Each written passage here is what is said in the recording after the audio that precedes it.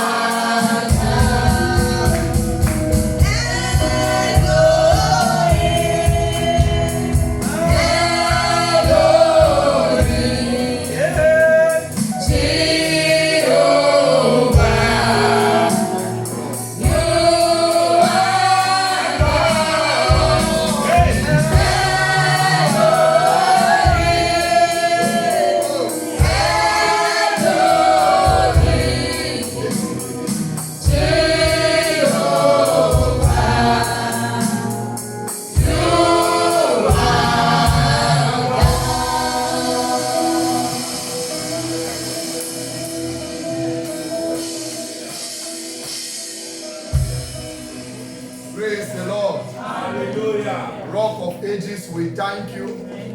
We give you praise for your eternal word.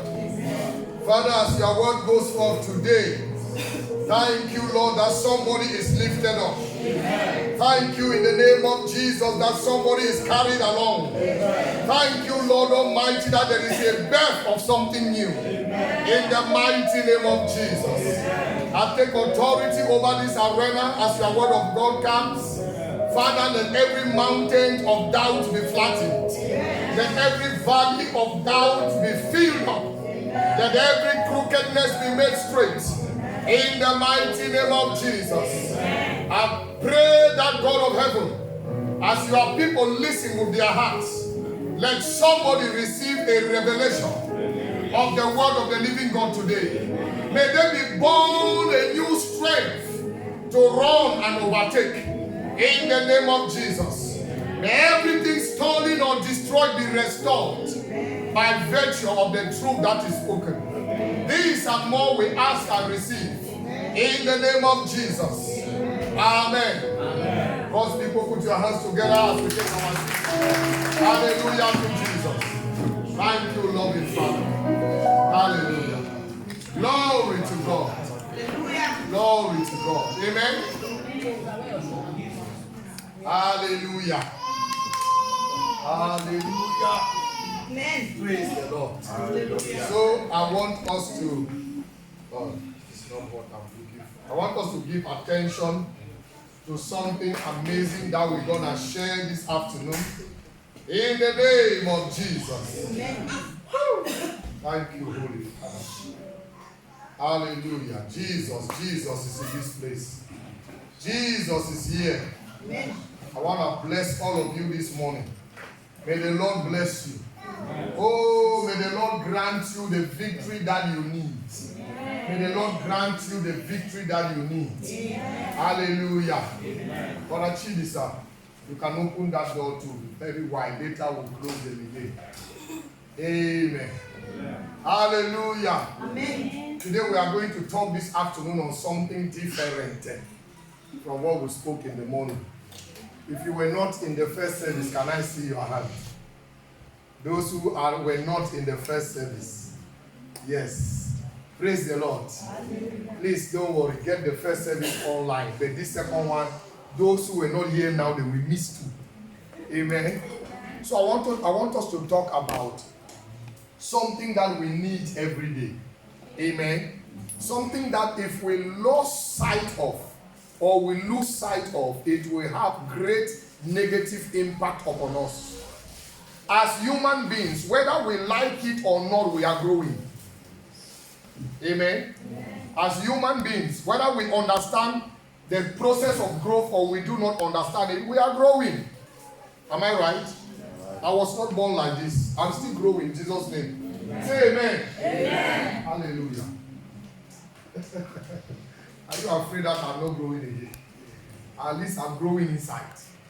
Amen. Amen. But there is a blessing that Christians have not really focused their attention on. Amen. Growth is one of the blessings that the Lord has put at the disposal of the Christian. Amen. Open your Bibles with me to Luke chapter 1, verse number 80 alone. Verse number 80, Luke 1:80. You will discover that growth is not something we debate about. Everybody is growing.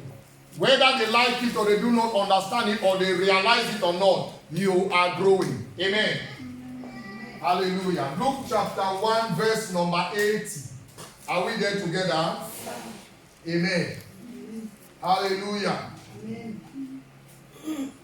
We are talking about the law of growth. The law of growth. Growth is a universal law. It is not a phenomenon that happens in one place and does not happen in another place. Amen. Amen. Growth is a universal law. Anything that happens all around the world is, whether some part of the world understands it or not, is a law. Amen. Amen. Growth is like gravity. You understand gravity, you go to gravity will deal with you. If you misplace, if you mistreat gravity, you face it. So growth is a law. And you know that people don't like growth. I'm talking about growth this afternoon because many people don't like growth. The reason people don't like growth is because growth puts a responsibility. Hallelujah. Amen. A responsibility upon people. Amen. Amen. Why are these seats in front empty? They have traveled. Yeah. Those who are sitting have traveled. Yes. Amen.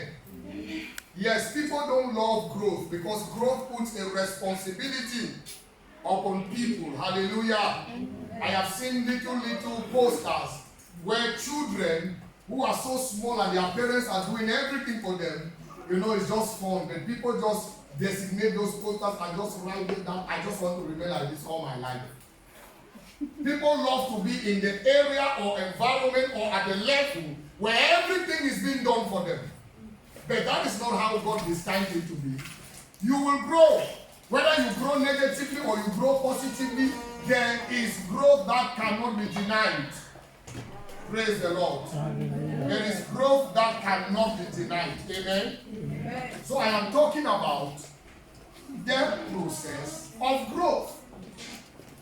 Luke chapter 1, verse number 80. What does it say? It says that this is talking about John the Baptist. Luke chapter 1, verse 8 says, so the child grew and became strong in spirit and was in the desert till his day of manifestation to Israel came. Somebody say came. The Bible says about John the Baptist that John the Baptist grew physically. He grew spiritually. And he was in a particular location until his day of manifestation to Israel came. Amen? Yeah. So growth is going to require some things from you. You will have to grow physically. You will have to grow spiritually. And there is an appropriate environment for growth. Am I right? For John the Baptist, growth was physical. He grew to become a man. For John the Baptist, growth was spiritual. He grew to establish himself in the call of God for his life. He narrowed his life to be trained for the purpose for which he was born. Hallelujah. And for John the Baptist, there was a place that such growth had to take place. And for John the Baptist, it was in the desert. Now you should not just be in the desert and be with the wrong people. John the Baptist was brought up by the essence. Amen. You will not find it in the Bible. That is why I said a believer needs to study. The Essenes are the people who wrote the Dead Sea Scrolls, who copied the book of Isaiah. Amen. And most of the promises of the coming Messiah are spoken in the book of Isaiah. Isaiah has been termed the Old Testament gospel preacher. Praise the Lord. So John the Baptist had to train himself in the book of Isaiah to understand his own purpose. His mission was to introduce the Messiah. And to introduce the Messiah, you must know what the scripture says about the Messiah. So if you must grow to make a difference in your generation, there are some things you must take into serious, underlined consideration. Number one, you will grow physically no matter what you eat. Number two, you are required to grow spiritually. Amen. Number three, everybody grows spiritually, whether negatively or positively. So the environment in which you grow is going to play a major role in which direction you will grow. And the people involved in that environment are like salt in your soup. They will decide the taste of your growth. Praise the Lord. So you must choose the kind of people you hang around with. You must choose, even if you hang around with people that you have and that you are above, or you hang around with people that are below you, you must choose what you allow into your system. Amen. I am not the kind of pastor who says that if you are married, you don't need to work with single people. God forbid. I'm not that kind of pastor. Everybody was born single. I'm not the kind of pastor who says that you don't work with people that are below you. Hallelujah. Amen. Somebody must be pulling somebody up. And another person must be dragging you to up. Hallelujah. Amen. The kingdom of God, the scripture says, welcome, accept into your group those who are weak in faith. Welcome them into your group. Accept them into your group. Those who are weak. And you know what? People are weak in different things. People are weak financially. People are strong financially. People are weak in their relationships. People are strong in their relationships. People are strong and weak in variable ways. Hallelujah. Amen. But for you to reach your maximum, you are going to choose to grow. You are going to choose the environment in which you will grow, which will determine which direction you will grow. And you will choose the kind of people you allow into your system to grow to the level that you can enter your calling. There is a level if you have not reached, you cannot enter the calling of God for your life. Because God wants you to represent Him correctly. Hallelujah. Amen. Hallelujah. Amen. Praise the Lord. God wants you to represent Him what? Properly. So the Bible says, and the child grew and waxed strong in the spirit. For King James has. Waxed strong in the spirit and was in the desert until his day of revelation to Israel came. Do not hustle to be made known. Hustle to get ready. Are you getting it? Yes. Do not hustle physically and spiritually to be made known. Hustle to get ready.